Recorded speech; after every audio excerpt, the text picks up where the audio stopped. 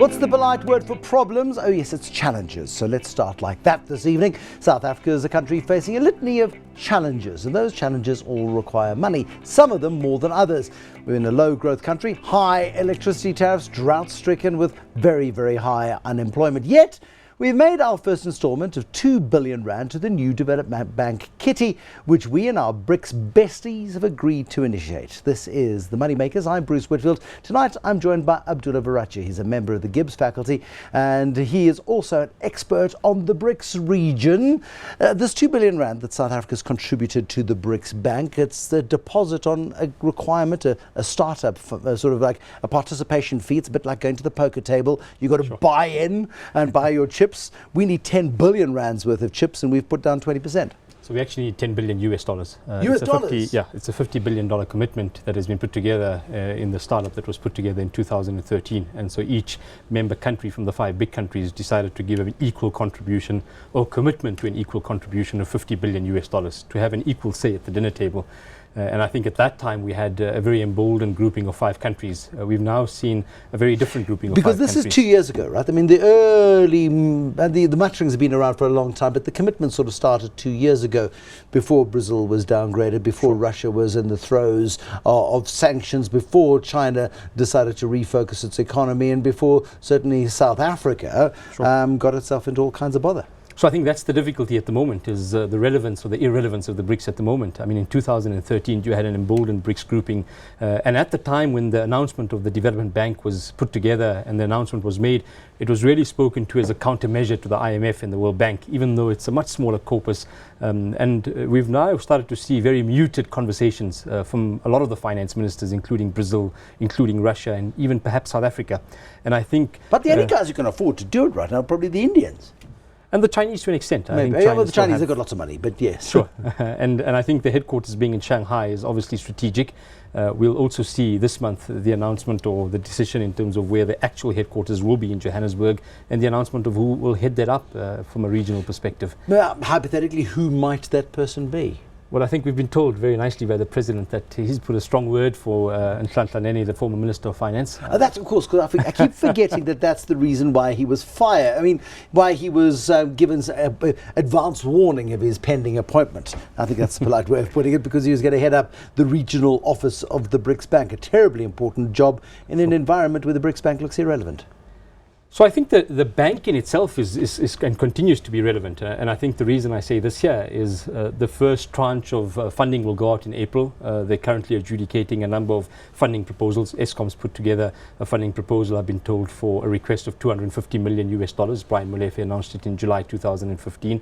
But there are a number of other actors who are also standing at the door looking for funding options. I think KV Kamath, the head of the bank, has spoken to a funding proposal from India around a green energy project that he thinks will be the first stab from the BRICS Development Bank. And so there are lots of actors standing at the door in terms of what they want from the Development Bank. And it's easy to go and stand at the door and knock on the door, but if it's got no capital, then where's the money going to come from? If South Africa's paid a 2 billion rand deposit of a $10 billion commitment, that's a drop in the ocean. Have the others all paid up? Are they fully paid up members? Are they at the table? So they've already got a capitalization committed in the bank of 10 billion US dollars, and that's why South Africa had to put around 130 million US dollars. I hope it happened before 9/12 last year, because it would have been cheaper for us in terms of a rand base when you convert it to dollars.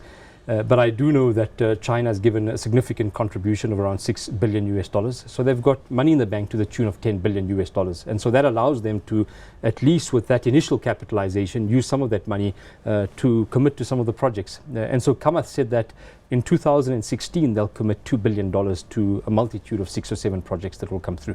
No, look, it needs to get off the ground. It needs to show, it needs to have some credibility, because otherwise it will lose steam completely. The BRICS are losing steam themselves. If their bank isn't seen to be doing anything useful, then it's back to the IMF and it's back to the World Bank.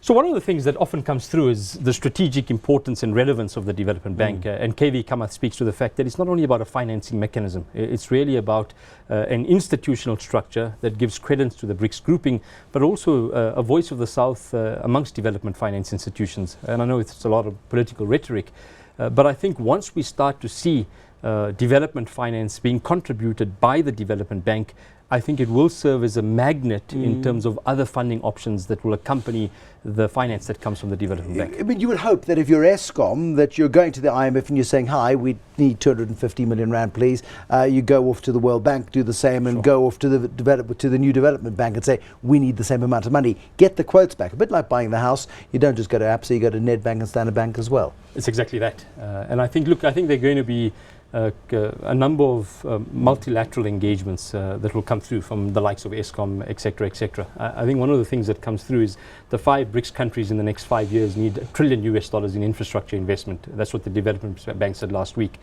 The entire corpus of the Development Bank will be $100 billion. So it's only 10%. Yeah. And so I think they are realistic in terms of the reach that they can have with the corpus that they have at the moment. The hope is that it will be coupled with local financing. It will be coupled with financing from some of the Chinese development finance institutions as well. No, competition to the IMF and the World Bank is a good thing. There's no question about it. The question so I is don't whether think or it's not it's competitive, sustainable. Bruce. I think it's complementary. I think, as you say, well, it's complementary at this stage, but surely you've got to be a bit more ambitious than being complementary. One's got to look at this in the long term and say 50 years from now, Africa is a different continent. Sure. Brazil is the powerhouse of Latin America. India is as big as China is today, and China is the biggest economy in the world.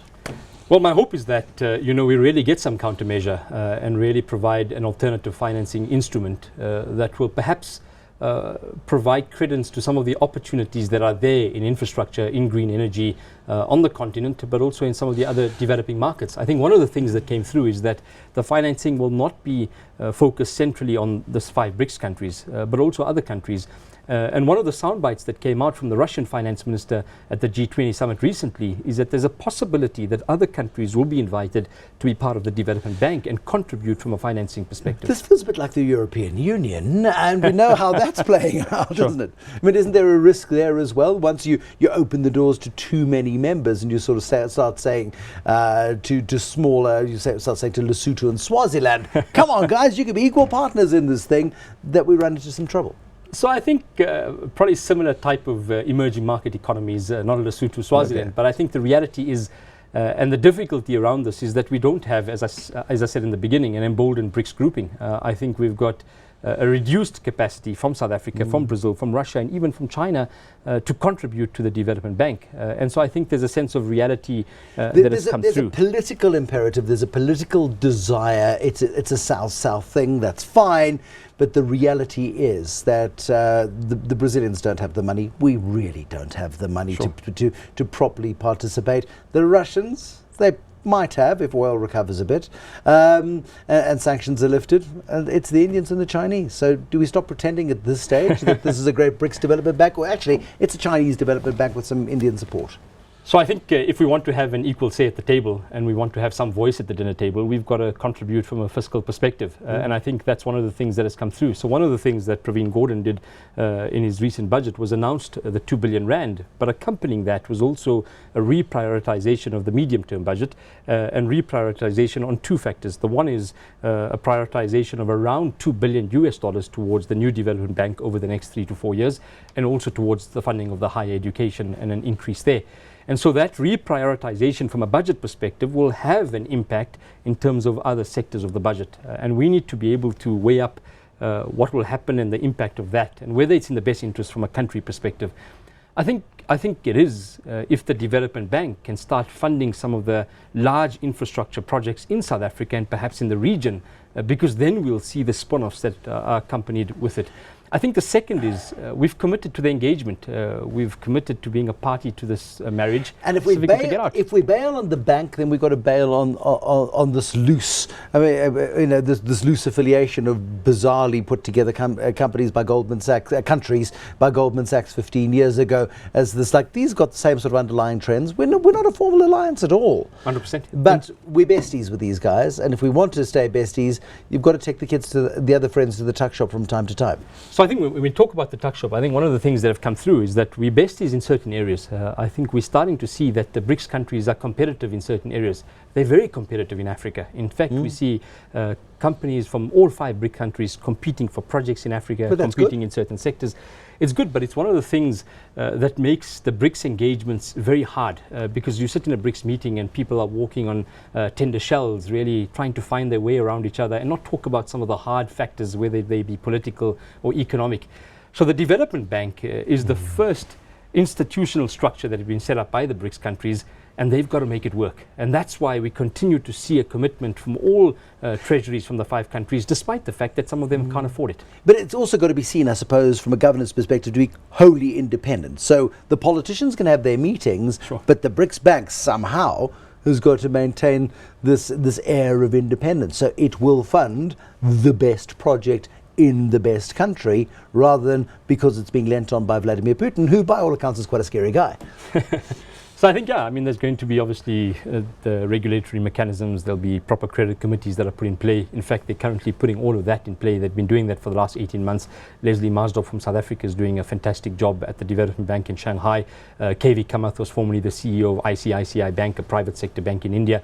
And so it's really technocrats in the banking sector that have gone through and are now heading up the bank.